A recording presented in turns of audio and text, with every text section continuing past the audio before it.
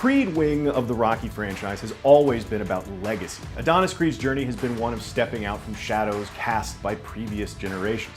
With Creed 3, though, Michael B. Jordan cast a shadow all of his own in his directorial debut, slipping into the director's chair with the confidence of a heavyweight champ stepping into the ring. This movie sets us up with everything we've come to expect from the series and knocks us out with an exciting new direction. I'm Clint Gage, and this is my review of Creed 3. I promise I won't make any more boxing puns. The one and only Adonis Creed, you're the best pound-for-pound fighter in the world. 3 years ago, it's been a minute since you've been out in these streets. And one of the difficulties facing Creed 3 from the jump was how to make another entry into the series feel necessary. I think this is the 9th film across 50 years for the Rocky Creediverse. Now, how do you add to a legacy like that? And the answer is, as it turns out, to fully commit to the rebranding of the series around a new character that started in 2015's Creed. If these films have been about passing the torch, the third one finds both Michael B. Jordan and his character taking that torch and running with it. The Creeds 1 and 2 were very much Donnie's movies, but they dealt with old events from the Rocky franchise, so it was still kind of a shared story. Creed 3 is Donnie's very own thing.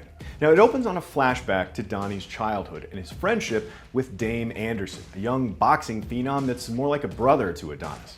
It's a cold open that effectively sets the emotional stakes for the rest of its 2-hour run. When we catch up to Adonis in present day, it's in his last professional match before retirement. Shortly after that, Jonathan Majors, as a grown-up Dame, returns to his life unexpectedly, bringing with him a reminder of past trauma and upending the comfortable place Adonis has carved out for himself.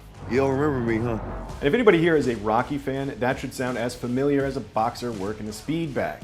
Structurally, Creed 3 doesn't do much to break that mold, but it doesn't necessarily need to. Now, there's actually a scene in the movie in one of the training montages where Wood Harris's Duke is running through some of Adonis's injuries, and it's like, you broke all these bones in your hand, and here's all the concussions you've had, and your shoulder doesn't work anymore. And then he says, we're gonna turn your weaknesses into strengths. And that, to me, is exactly what Michael B. Jordan did with this movie. His understanding of the formula that's brought enduring success to the franchise is actually one of the film's biggest strengths. To truly bring something fresh to the 8th sequel in a franchise, you have to get what works about it in the first place in order to effectively layer something new on top. Like, you have to know the rules before you can break them. So yes, of course that means there are some great training montages set to an energizing soundtrack, but it also means we get to see the franchise evolve a little in ways that feel organic to everything we know and love about it. It's a savvy choice for a directorial debut because on top of an established formula that he can build around, Creed is a character in a world that he's obviously intimately familiar with, and it shows on screen. When I walked away from boxing, I walked away with some unfinished business. The characters around Donnie are all effective foils for his struggles, but they're also not limited to that role.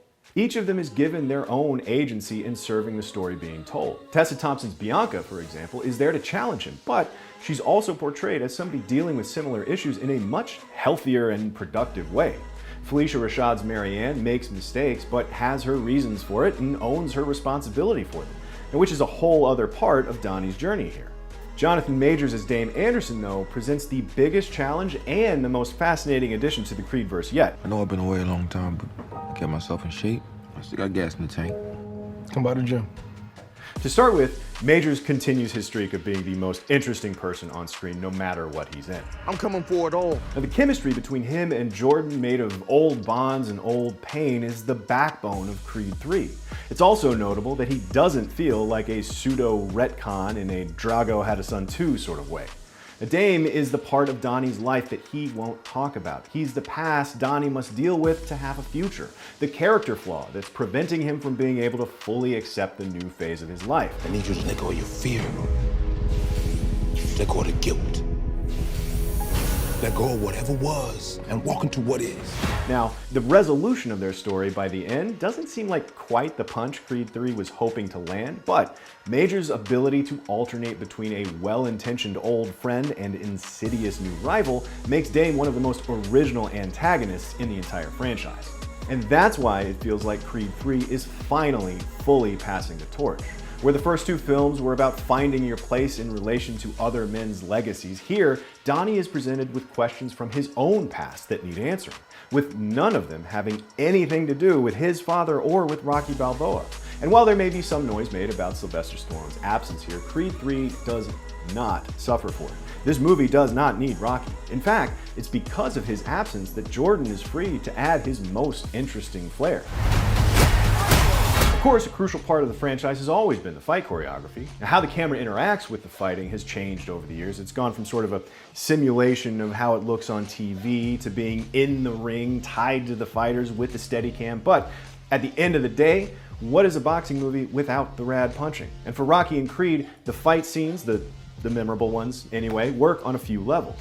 They're brutal and exciting to watch, as well as thematically meaningful to the characters and the story. This is Rocky proving that he can take a beating and keep going in his first fight against Apollo Creed. This is Donnie proving that he wasn't a mistake and getting up out of the corner for that last round in his first Creed film. And I'll even throw in that Rocky versus Thunderlips fight from Rocky 3 as being multi-layered, because that was a fight that was all about how maybe he wasn't a legitimate fighter anymore. And that's what that entire movie was about, right? That was Rocky 3? Anyway, without Rocky whispering lessons into Donnie's ear between rounds, explicitly telling us, the audience, what is at stake emotionally, Jordan renders the fight scenes and their themes with fantastical visuals instead. The climactic match between Donnie and Dame is built on a lifetime of pent-up feelings, anger, and guilt, and the sense that what needs settling is between the two of them and nobody else. Visually, Jordan takes us there in a way the franchise has never even come close to. Now, he may get docked some points for overreaching, not by me though, because the one thing you can't say about Creed 3 is that he pulled any punches with his portrayal of the final fight.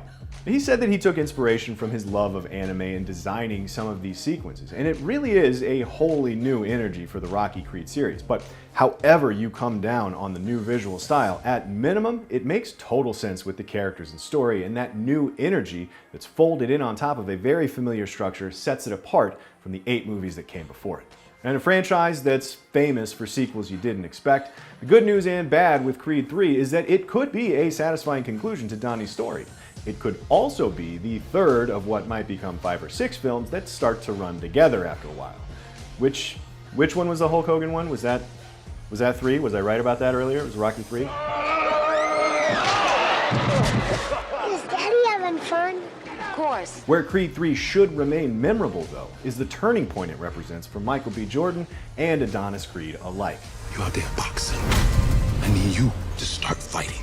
So I'm giving Creed 3 an 8. It's a confident directorial debut from star Michael B. Jordan that shows he's already achieved a mastery of the formula that's brought the series so much success.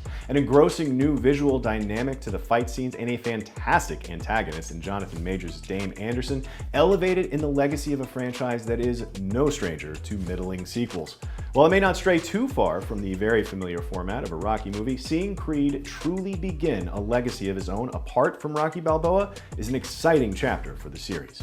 For more movie reviews, check out what we thought of Ant-Man and the Wasp: Quantumania and Winnie the Pooh: Blood and Honey. For everything else, including no more boxing puns from me, subscribe to IGN wherever you like to watch.